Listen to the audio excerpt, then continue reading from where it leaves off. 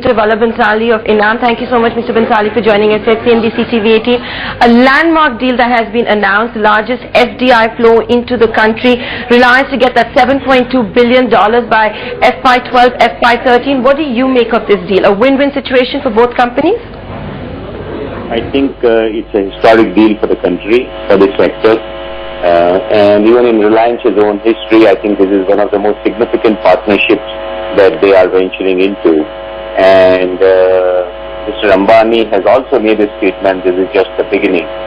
So I think there are many aspects to this deal, and it's truly exciting from the company's point of view and from the country's point of view.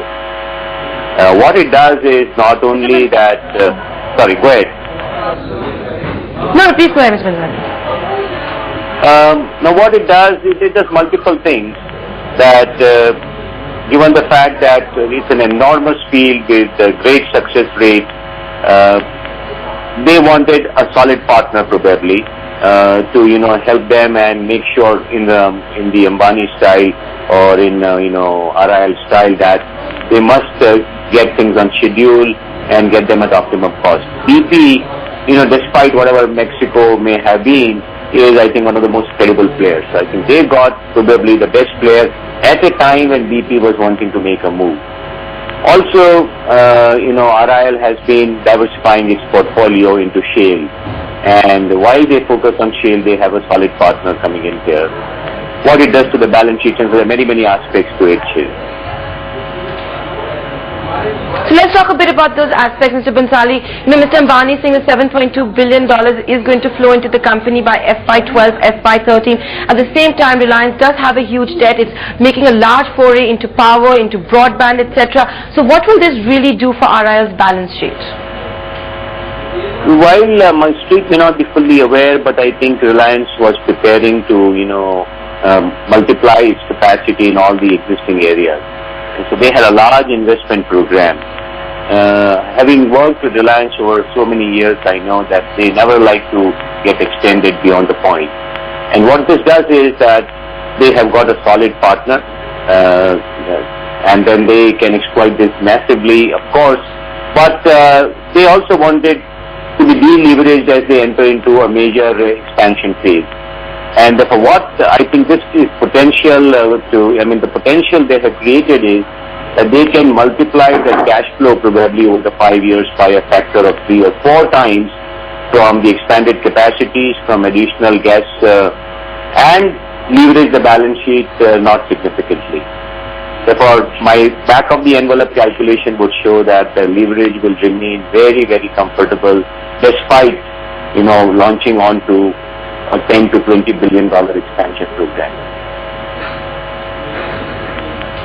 And Mr. Bhanshali, also all blocks have been awarded under NELP, all these 23 blocks under consideration. So there has been a need for regulatory approval. We also had the Oil Secretary speak to CNBC TV 18 saying the government's nod is necessary. How do you envisage that line going? I think the country would welcome a player of the BP's caliber into these fields. It's not only just private sector, but we have to look at it as a national resource. We know that several of these resources have not been fully exploited, even currently or in the past. And therefore, if I look at it from the strategic point of view, the nation's point of view, that we are a growing economy and our energy needs are only 5%, energy consumption is only 5% of US, so one can only imagine where this is going to go. And so we need very credible players. And these fields are not easy. I think BP, after the Mexico effort particularly, is the most experienced and knowledgeable deep sea player in the world. Mr. Bhanshali, there have been all these reports that have been coming out about how RIL's production, gas production at the KG-D6 has been falling. It is, from 80 to 60 MMSCMD a day, etc. So, obviously BP knew something that we all didn't know, but are you convinced that production at the KG-D6 is going to increase? I have absolutely no doubt. If we, go into the complexity of the challenges of deep sea, they are enormous. The gas field itself and the deep sea, both together, they are, as intractable as it can get. And these setbacks have been experienced in the past by many players. And I think if at all, it's a great validation of the potential of this field, which is one of the largest in the world, 23 blocks in this geography.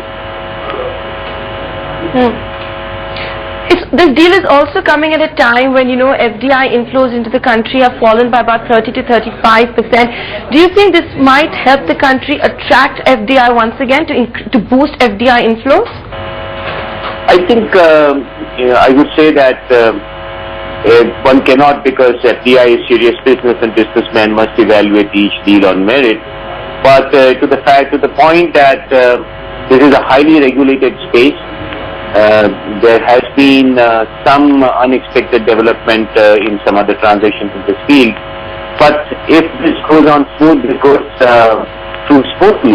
I think it will definitely boost the confidence of the international community, and to that extent, I think it's very good. Also, I think the desire of BP and Reliance to work together has come out very strongly in this statement. And Reliance is the biggest oil and gas player in this country, outside ONGC. So therefore, maybe BP itself comes up with more investment in this venture. Mr. Bhanshali, let's talk a little bit about those unexpected glitches that you just referred to. So on one hand, we have the RIL BP deal, which will also require government approval. On the other hand, on the 16th of August, Cain and Vedanta announced the intentions of, Cain's Energy selling its majority stake to Vedanta. The oil ministry now saying that approval has to be given by the cabinet. It's been many months. How is the investor community looking at these two transactions?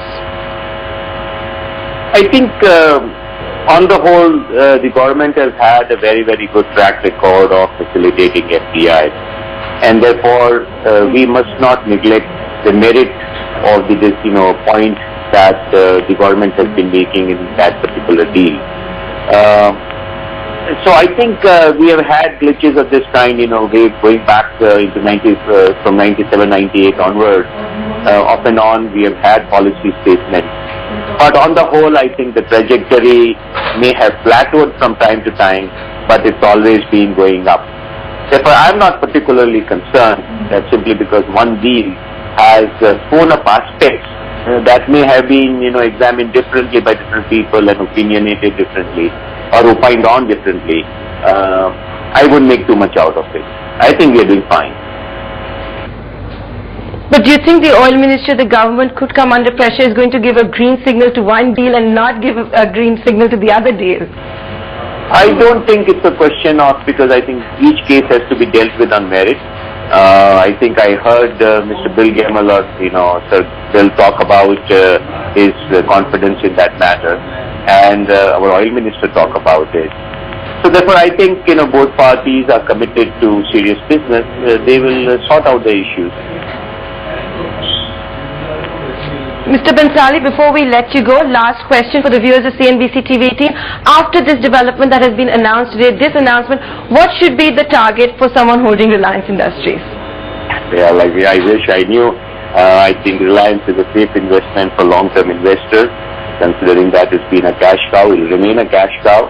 And if at all, with all these expansions and new ventures, the long-term prospects of the company have got seriously better, while it has deleveraged its balance sheet significantly. It's at 930 rupees order share. You're not going to give a target?